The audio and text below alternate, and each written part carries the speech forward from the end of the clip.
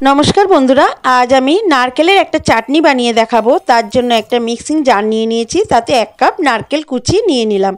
एखाने आपनारा नारकेल कोड़ाओ दिते पारेन। आर दिये देबो हाफ कापेर थेके एकटु कम चीनाबादाम भाजा, आर दिये देबो हाफ कापेर थेके एकटु कम छोला भाजा, आर देबो दुटो काँचा लंका झालेर जोन्नो, आर देबो अल्प एकटु आदार टुकरो, आर देबो स्वाद मतो नुन, आर देबो 1 चामच चीनी, आर एबारे देबो आमी कयेकटा कारि पाता। एई कारि पाताटा दिले चाटनिटा गन्धटाओ भालो आसे आर खेतेओ दारुण हय। एबारे दिये देबो একটা গোটা পাতিলেবুর রস। এখানে আপনারা তেঁতুলের পাল্পও দিতে পারেন, অল্প একটু তেঁতুল জলে গুলে নিয়ে সেই পাল্পটাও দিয়ে দিতে পারেন। আমি এখানে পাতিলেবুর একটা গোটা পাতিলেবুর রস দিয়ে দিলাম। সমস্ত লেবুর রসটা দিয়ে দিয়েছি।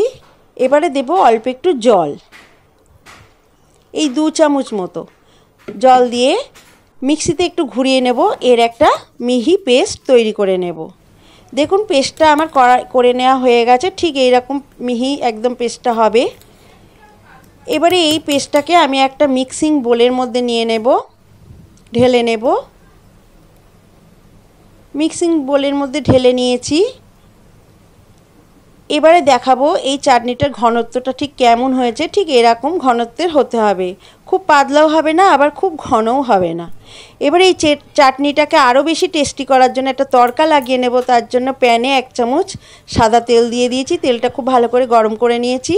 তাতে দিয়ে দেব হাফ চামচ সর্ষে, আর দিয়ে দেব 2-3টে শুকনো লঙ্কা আমি কুচি করে কেটে নিয়েছি। সেই শুকনো লঙ্কাটা দিয়ে খুব ভালোভাবে একটু ভেজে নেব।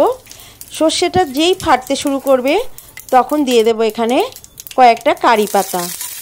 কারি পাতাটা দিয়ে আবার একটু নাড়াচাড়া করে নেব, দিয়ে গ্যাসটাকে অফ করে দেব। কারি পাতাটার রঙটা চেঞ্জ হয়ে গেলেই তরকাটা একদম হয়ে গেছে।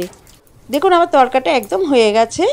এবারে এই তরকাটা আমি ওই নারকেলের চাটনিতে দিয়ে দেব, মিশিয়ে দেব। এই তরকাটা দিলে নারকেলের চাটনির টেস্ট আরও বেড়ে যায়। দিয়ে খুব ভালোভাবে মিশিয়ে নেব। খুব ভালোভাবে মেশানো হয়ে গেলে একদম তৈরি আমাদের নারকেলের চাটনি। এটা আপনারা আপ্পাম, ধোসা, ইডলি ইত্যাদির সঙ্গে সার্ভ করতে পারেন। আমার একদম নারকেলের চাটনি তৈরি হয়ে গেছে। আমার আজকের এই ভিডিও নারকেলের চাটনি যদি ভালো লাগে রেসিপি, তো অবশ্যই একটা লাইক করবেন আর আমার চ্যানেলটিকে সাবস্ক্রাইব করে আমার পাশে থাকার অনুরোধ রইল। ধন্যবাদ সবাইকে।